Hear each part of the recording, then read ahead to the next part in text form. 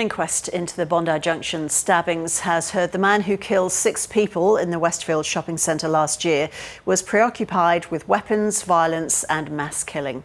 The 5-week inquest began today with a detailed opening address from the senior counsel assisting. Court reporter Jamie McKinnell is at the New South Wales Coroner's Court and he joins us now. Hi Jamie, so what have we learnt so far from this, the opening day?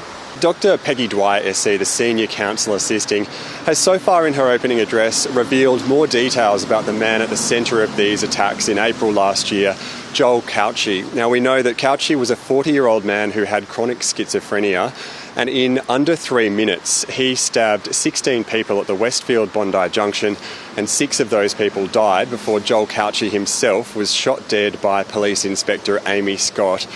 Now, the court has heard that for about 5 years before this attack, Cauchi was effectively without treatment or adequate supervision.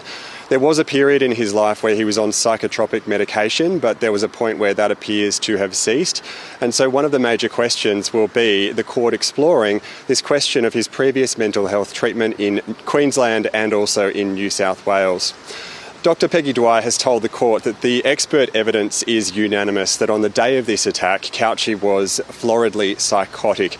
She said that there are records before the court about his internet browsing history, and she said those records are distressing. They reveal that he was extremely unwell in the lead up to this attack, and he was somebody who from at least 2022 had a preoccupation with weapons, with violence and with mass killings.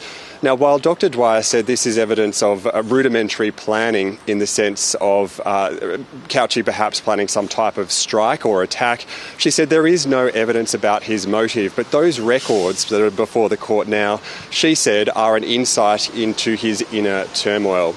Now, this question of Cauchi's mental health treatment is really central to one of the issues before this court. Let's have a listen to part of Dr Dwyer's opening address. Through the lens of Mr Cauchi's lived experience and in recognition of the devastating consequences caused by his actions, the inquest will seek to identify practical and realistic recommendations about what can be done to improve the treatment of those suffering from chronic and severe mental health conditions.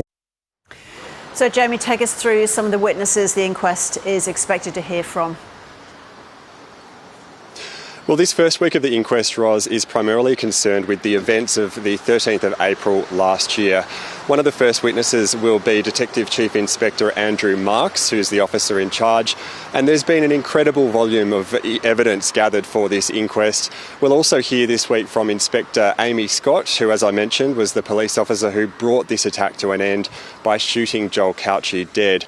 There will also be 2 civilian witnesses, 2 French nationals, who people might remember were part of the effort to stop this attack. They were filmed on CCTV and mobile phone footage using anything at their disposal, which ended up being bollards to attempt to stop Joel Cauchi making his way through the Westfield Bondi Junction.